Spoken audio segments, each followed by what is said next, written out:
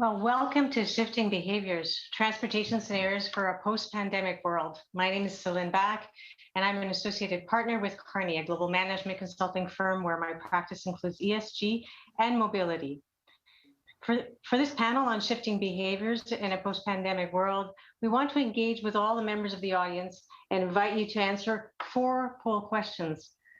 We'll refer to your answers throughout the next 40 minutes, and these will appear seamlessly on the conference platform. The first question is, did your mobility habits change as a result of the pandemic? While you answer this first poll, allow me to introduce our 4 very distinguished panelists today. I'm delighted to welcome Carla Bailo, President and CEO of the Center for Autonomous Research, joining us from Washington. Dale Bracewell, Manager, Transportation Planning at the City of Vancouver, joining us from Vancouver. Sirma Boshnakova, Chief Executive Officer at Allianz Partners, joining us from Munich today. And Nancy Vandycke, Program Manager for Sustainability Mobility for All at the World Bank, also joining us from Washington today. Well, let's get started, distinguished panelists. What are the most interesting and pressing trends and shifts that you've seen lately, and how does this panel topic really resonate with you? Let's get started in 1 minute. Sirma, can I ask you to kick things off today? Thank you very much, Céline, and it's a great privilege for me to be today with you. So I believe we are at a very exciting moment. We're at the edge of the mobility revolution. And let me tell you why I think so. First of all, we see quite a lot of regulatory changes regarding the urban access and carbon footprint. The second reason is that consumers are changing, and today we'll talk a lot about this. And I see 2 distinctive dynamics. First of all, they become greener. And also there is a changing attitude towards private ownership. And third trend is about the technology acceleration. Software is becoming one of the key differentiators for the car manufacturers, but also a pain point. So revolution can be either fun or quite scary. And I strongly believe that it is important that we unleash the potential of this revolution and take out the hurdles from as many people as possible. And none of us can make it in a sole basis. It's a joint responsibilities for us to collaborate, the different stakeholders, the municipalities, the public entities, the private owners, everybody, because it's our responsibility to enable this revolution. By the way, my name is Sirma Boshnakova. I'm the Group CEO of Allianz Partners. We're the global leader of B2B2C in insurance and assistance, and we work in 4 specific areas: travel, hospitality, health and wellness, mobility, and easy living. We are the global partner on behalf of Allianz Group for mobility, and we are also the market leader for the micro-mobility segment in Europe. And as you could understand, I'm quite passionate about mobility. Thank you. Thank you, Sirma. Dale, tell us what you're seeing from your purview in Vancouver. Yeah, thank you, and thanks, Céline. Also a delight to be here, and I'll share Sirma's passion for sustainable mobility. So I work in local governments. I work in the urban city context. And so I guess, to start with a positive, I mean, overall, since trips are less right now, and we have this, fantastic opportunity to understand what will be kind of an ongoing trend for remote, and I like to use flexible work, because I think more people return to work than sometimes people are forecasting, but it's the flexibility that I think we have real opportunity. At the same time, sharing a concern, as we can see people already kind of recovering back into vehicle modes faster than transit. And so lots to pay attention to, but lots to celebrate. Active modes have been where people have chosen to walk, to bike, to roll around their cities. And for us, it's been this real great marriage between seeing people discover, again, active modes, that social connectedness, even with physical distancing and public life. And so we've got a lot more to grow and to learn in that. And at the same time, that takes up road space. And the road space reallocation has been an exciting journey here as a public government official to kind of actually share in conversations with the public. This is public space, and how do we use it? How do you want to use it going forward? And if we have this inequity, and we'll talk more about equity today, how do we actually work together with our communities to provide more of those spaces for walking, biking, rolling, and transit? And I think, again, and the joy behind people discovering locally, what could they have walked to through this pandemic? And what do they desire more in their own community and neighborhood that they don't even actually want to think of actually maybe getting into a car or a longer distance trip because they value their time and their local community? And so ultimately this journey of being a city that's much more focused on people-oriented, people-focused streets that matters and to all of our community is an exciting journey, and look forward to sharing more on the panel. Thanks very much, Dale. Carla, tell us what you're seeing in CAR. Yes, thank you, Céline. The Center for Automotive Research, we're a 501c3 nonprofit independent organization that really focuses on the sustainability of the automotive and mobility industry. And we do that by leading edge research to really provide those toolkits to the different companies and governments that need to understand better what's going on, so to speak. So during the pandemic, as we've heard from the other two speakers, we saw many people going back to personal vehicles, not going on public transit, not using ride sharing, totally the opposite of what I want to say some of us mobility gurus were trying to make happen and change, and human behaviors changing. But what we're seeing now as the world begins to recover is public transit is back. We're seeing ride sharing also increasing greatly, more trust in the mobility ecosystem. We did see a lot of people using their feet and using bicycles, which is also, so important from a health and wellness perspective. The one thing that's quite concerning at the moment, though, is the non-democratization of mobility, meaning, car prices have increased greatly. Used car prices have increased greatly. The vast majority of people cannot even afford a car, even if they need one. And this is creating some striations in mobility options and solutions. The path to electricity and electrified solutions, we've seen a huge uptick in people's acceptance of those. But again, those are expensive, and policies may or may not be in place to be able to actually own or participate in one of those. So this explosion now, or this opportunity that we really should dig into deeper, is about creating these mobility services, about this democratization of mobility, about social equity, because mobility is really the ladders to education, to jobs, and to healthcare. Really important points. Nancy, tell us what you're seeing from your position in the World Bank. It's our opportunity to hear what's going on in the Global South. Yes, no, thank you very much, Céline, and thank you very much for this invitation.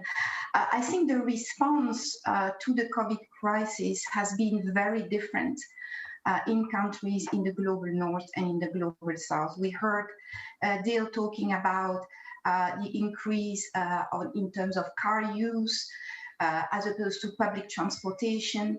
We have also seen in the global north an increase in non-motorized transportation, walking and bicycling.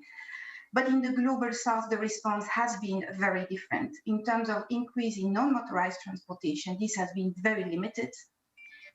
In terms of public transportation, it has been a very interesting phenomenon in which fare has been going up in public transportation. And so a lot of the trips that used to be done through formal public transportation is now being done through the informal sector. So quite a bit of issues that will need to be resolved going forward.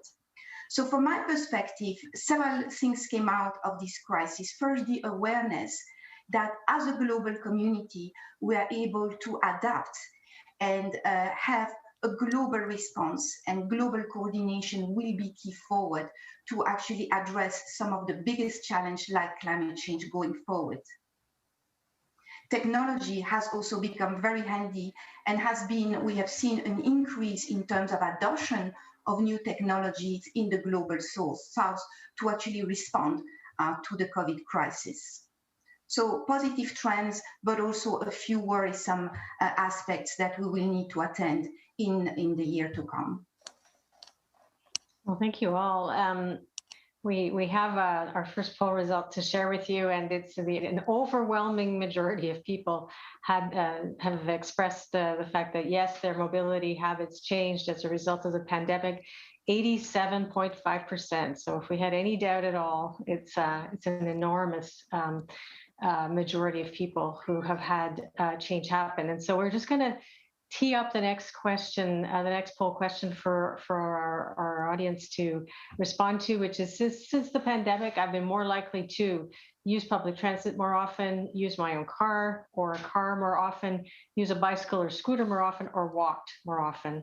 So we'll let you answer that poll as we reflect on another question with our panelists.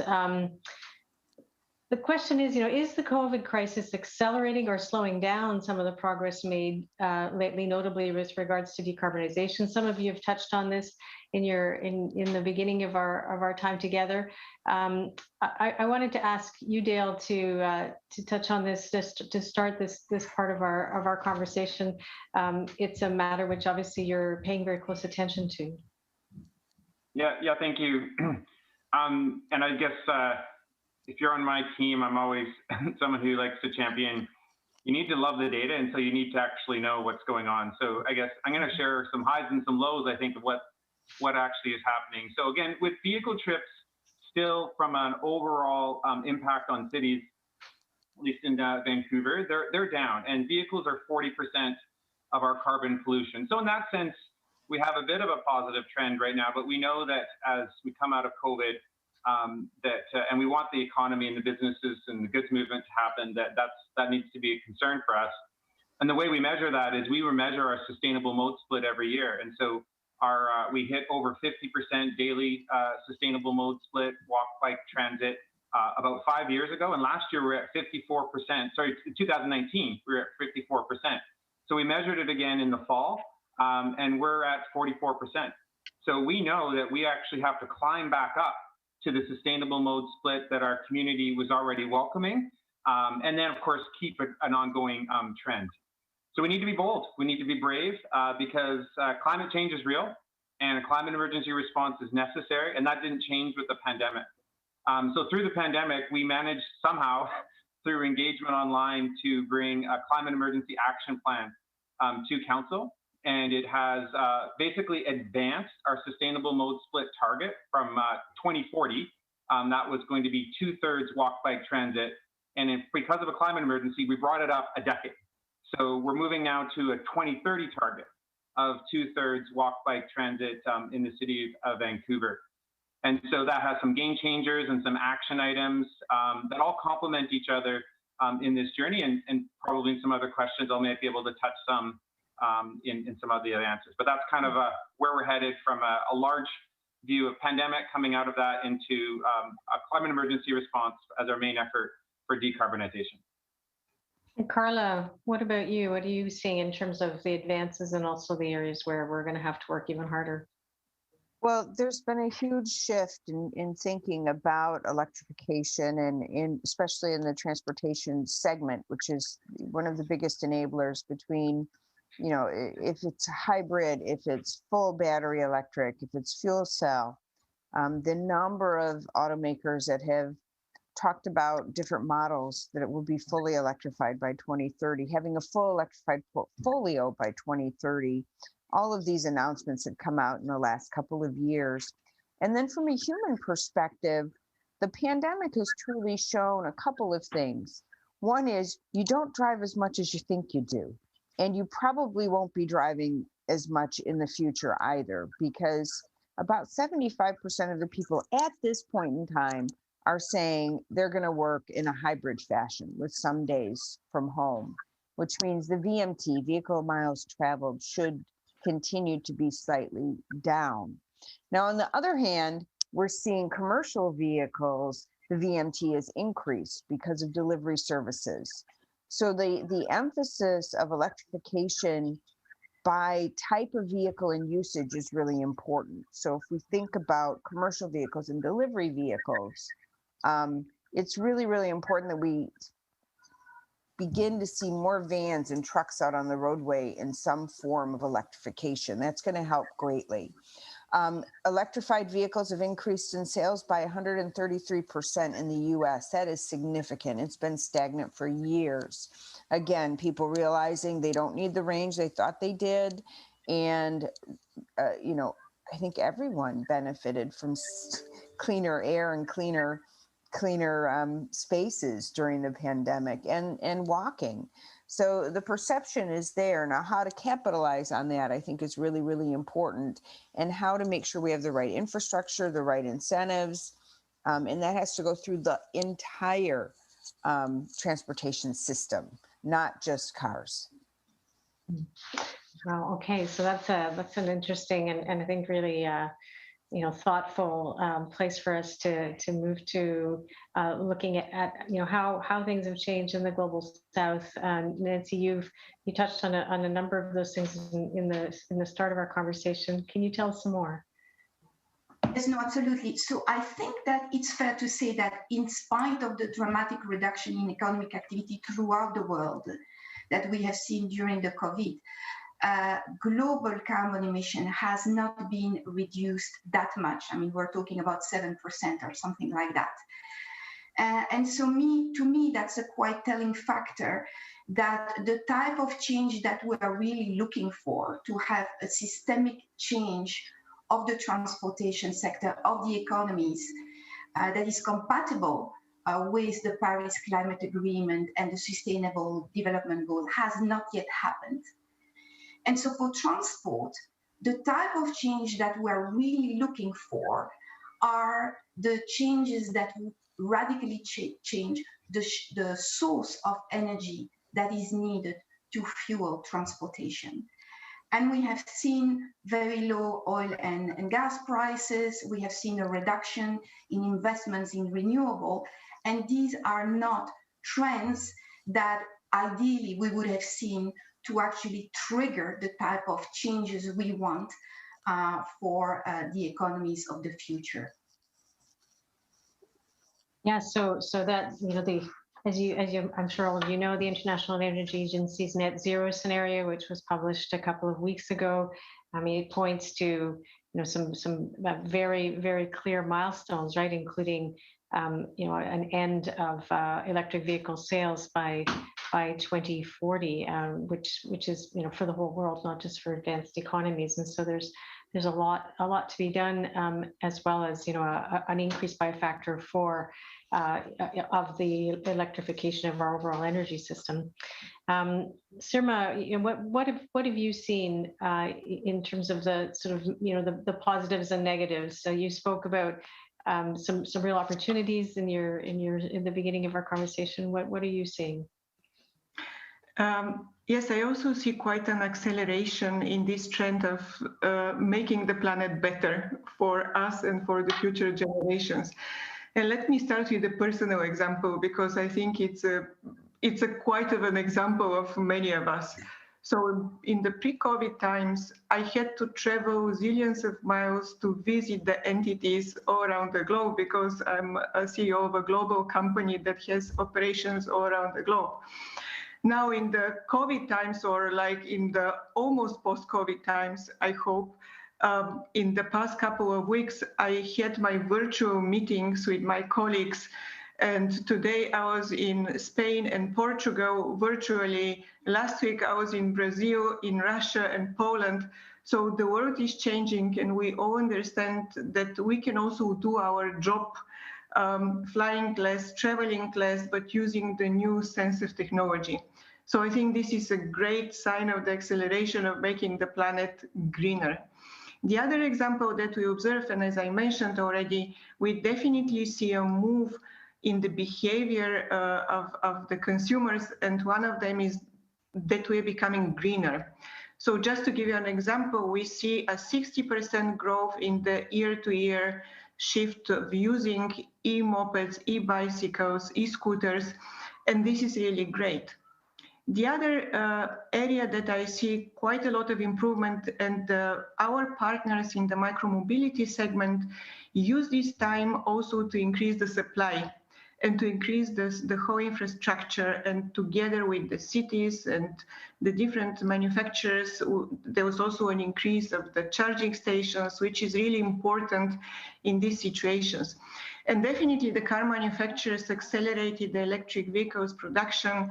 Just recently, a couple of days ago, we announced our joint program with Volvo Car for the sales of online sales of e-car Volvo XC40, and with a full package to support this.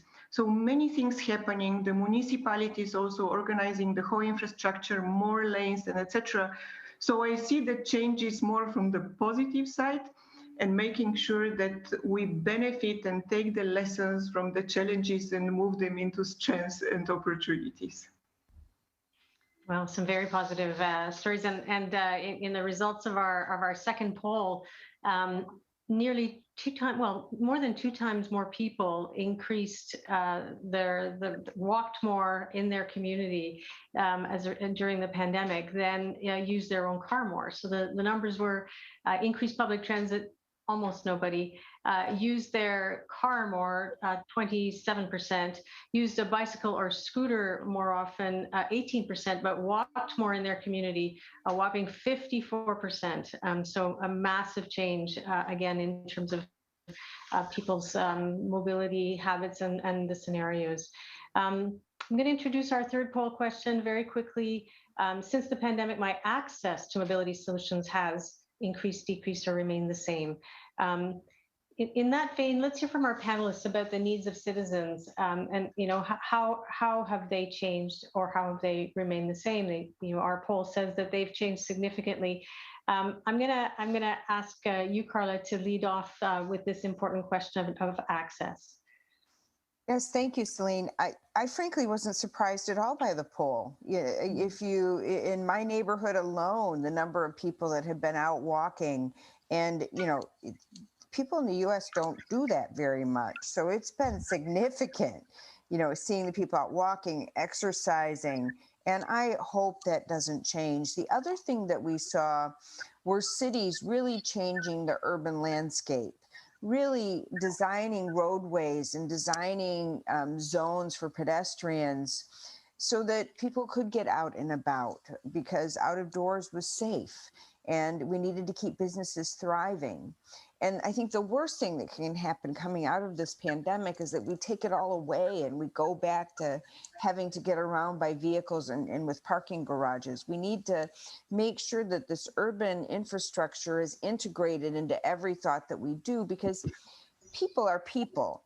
And if everything can be done seamlessly for them, if they can go from A to B seamlessly, using public transit, using their feet, using bicycles, and do that safely, and safely is the key, then they will, consider other options rather than getting in a vehicle and going maybe a mile or two, which is often, the usage of vehicles in cities. So we have to think about that seamless way to make that happen and design our roadways properly so that everyone, regardless what kind of mobility device they're in, they can be safe and secure, which, when we think about that, it's going to require a lot more intelligence in products, a lot more intelligence to the cloud, much more interaction so that, people can get warnings and everyone can be safe, even vulnerable road users. Nancy, what's your view on access? Because that's really such a fundamental question, isn't it? Sustainability, mobility for all, it's in the name of your program. What about the growing green divide and the need for global coordination between the global north and the global south? Absolutely. No, I think it's very important to understand that the objective at the end of the day of all what we're doing is to achieve sustainable mobility.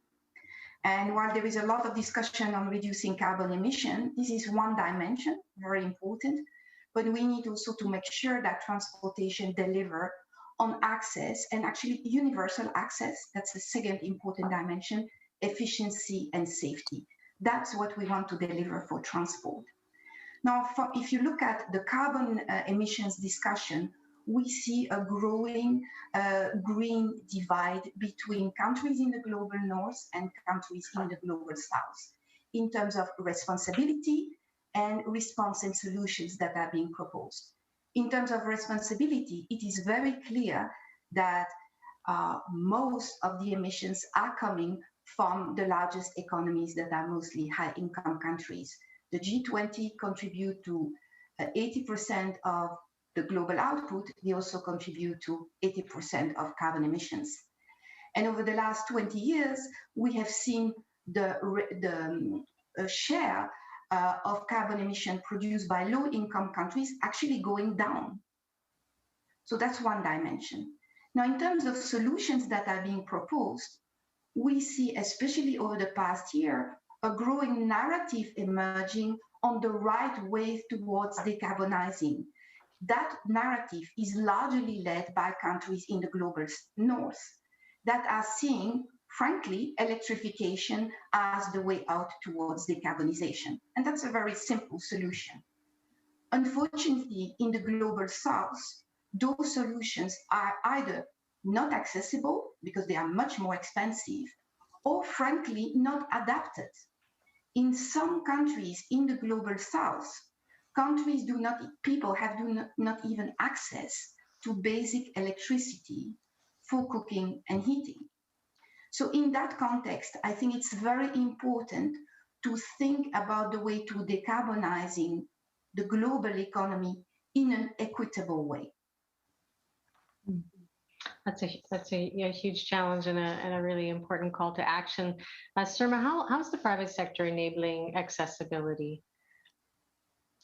Well, we are doing quite a lot of efforts in enabling the accessibility, and definitely for us, what is very important that we cooperate with different stakeholders to shape one holistic, seamless, easy, and flexible journey for our clients. And we have many examples of different partnerships that are enabling this journey and enabling our clients to make it simple and fun at the end of the day. So just let me give you some examples already. Recently, or not recently, many months ago, we launched a joint program with Lime. And this is about safety and protection. There are many topics around safety and protection, and our task is to enable and make sure feel less scary, but also protect them. And this is about providing them all the riders free helmets, also providing free lessons of how to ride safely the e-scooters, because this is really something very important. We also recently launched our partnership with Be Nomad, and this is for those that are driving electric vehicles, and this is enabling them to optimize their journey, to have the right charging stations, and etc. We also launched in India a cooperation with electric battery providers that are allowing us to make sure that if you have forgotten to charge your battery, you don't worry, we are always to help you. So there are many examples that are allowing us to be proud and making sure that we are really enabling this mobility revolution and allowing the access to many people as possible. Yeah, as we change our modes, you're helping us do that safely, right? And teaching us how. That's really inspiring. Yes. So Dale, obviously accessibility is really at the core of your work in the city of Vancouver. What are the things that are the greatest, where you're seeing the greatest impact, the most progress? Where are you most inspired about this? Yeah, I think consistent with the poll, the 54% of people that said they walked more in the context of a pandemic. I'm actually most excited about the thing that I don't get to lead, but I work a lot with our land use planners, and that's the walkable city. And Vancouver actually has been, quite recognized for really integrating land use and transportation, but I completely agree. we have a huge opportunity to come out of the pandemic and like talk to our community. What are those discoveries or rediscoveries you've made about where you walked in your neighborhood, in your community? And what are the ones that you just dreaded that you needed to get into a car, even if it was an electric car and car shared, and or even transit that was like a longer distance? And what do you desire as those other destinations that you want to walk to? And it's being talked about as 15-minute cities, but even from an equity perspective, I mean, if you were a 45-minute city today, get to a 30-minute city. If you're a 25-minute city, get to 20 and then down to 15. But this real adventure of what do you want in your community that would be walkable for you, or bikeable, I mean, in the sense that's some. So I think that's the real excitement, and I think that's a huge access and accessibility opportunity. And then you round that out, of course, with real champions of rapid transit that helps you have that competitive opportunity when you want it, for not having to take a car. And so when you can combine those two things together, land use walkability, giving people a longer journey, then all those other micro mobility, last miles, and even like car sharing and the more electric, they all kind of fit in between. But I would want to anchor it more with walkable land use and still big visions for rapid transit to make those larger connections intercity or within the city. Yeah, and so when my mind goes to the opportunity maybe to do it right in the first place, right? As land planning is a big part of many cities in the global south that are growing very quickly, and how do we make space for people so that those cities can start by being walkable from the beginning. Well, our third poll is in, and we're going to try to sneak in our fourth one in just a second. We have a third of people who are reporting now that mobility solution access has declined over the pandemic, and so this is obviously a big challenge. With 15% or so saying that it's increased, and a little bit more than half telling us that it's remained the same. I'm just going to send out our last poll. Hopefully, we'll be able to sneak in the results before our time is gone. And so the question is, where I most need greater mobility solutions. We've got 4 options for you there, and we look forward to hearing where you most need mobility solutions. And let's see if we can give us the results before we leave you in a few minutes. The last sort of round of questions I wanted to launch is for us just to discuss some concrete examples of experiences by cities or exemplary case studies that you've been engaged with. I'm going to start by asking Nancy if you can give us some of your wisdom around the platforms that are being developed for collaboration between cities. Tell us about some of those leading examples, please. Yes, so certainly from my perspective, what will make a difference going forward is, of course, national policies, but also global coordination. I think we have seen with the COVID the importance of really thinking global to actually address global issues, and of course, climate change being one of them. So in that context, I think that the way forward will be to think platform, coordination, exchange of knowledge among parties to actually think collaboratively about options going forward.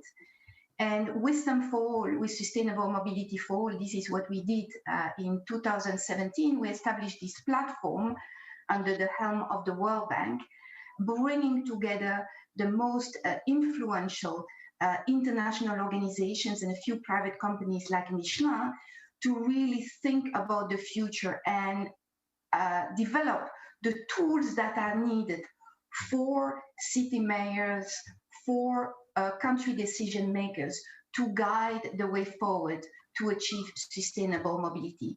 So I'm a true believer in the power of partnership. I think this will be the way forward.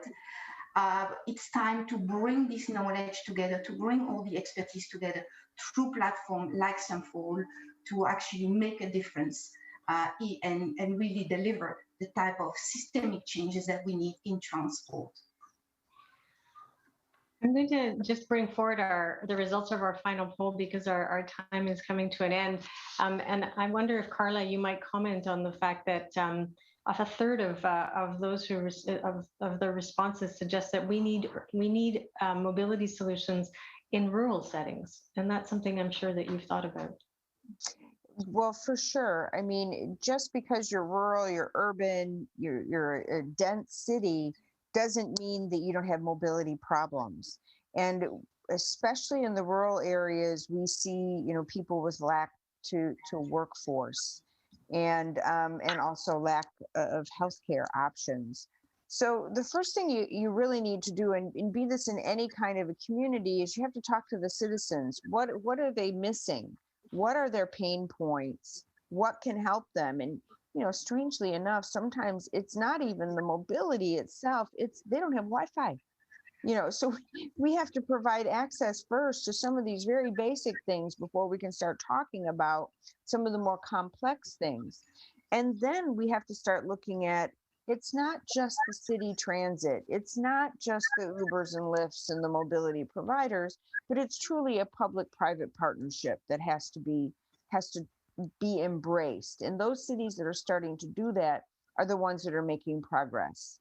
So in a rural area, if you have several different businesses that basically open around the same time, maybe they should band together and create a mobility solution that's affordable, that gives them reliable workforce and allows, people the opportunity to get to and from. So there's a number of things we can think about, but listen to what the problems are, understand them, start at the root, and then, expand it into more of a public-private partnership. Sirma, can you help us with just your final words on public-private partnerships, and then I'll give us a quick closing.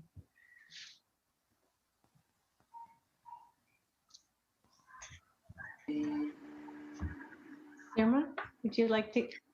Sorry, it was a bit acoustically, I didn't hear. I thought you asked Dale. Yes, thank you very much.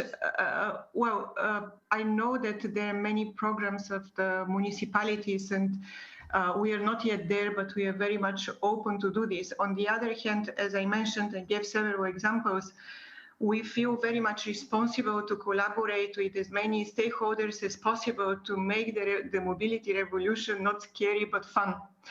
And we work with more than 50 car manufacturers, more than 30 different mobility players, and etc., just to make sure that we make this collaboration sustainable and win-win for all stakeholders. I believe it's about making peace of mind for the consumers, making less traffic jam, better environment, that the private companies can benefit also in reinvesting this, and also making sure that we make the planet better. And this is where we believe, and that is why we are called Allianz partners. We believe in partnership, and we truly feel responsible for this.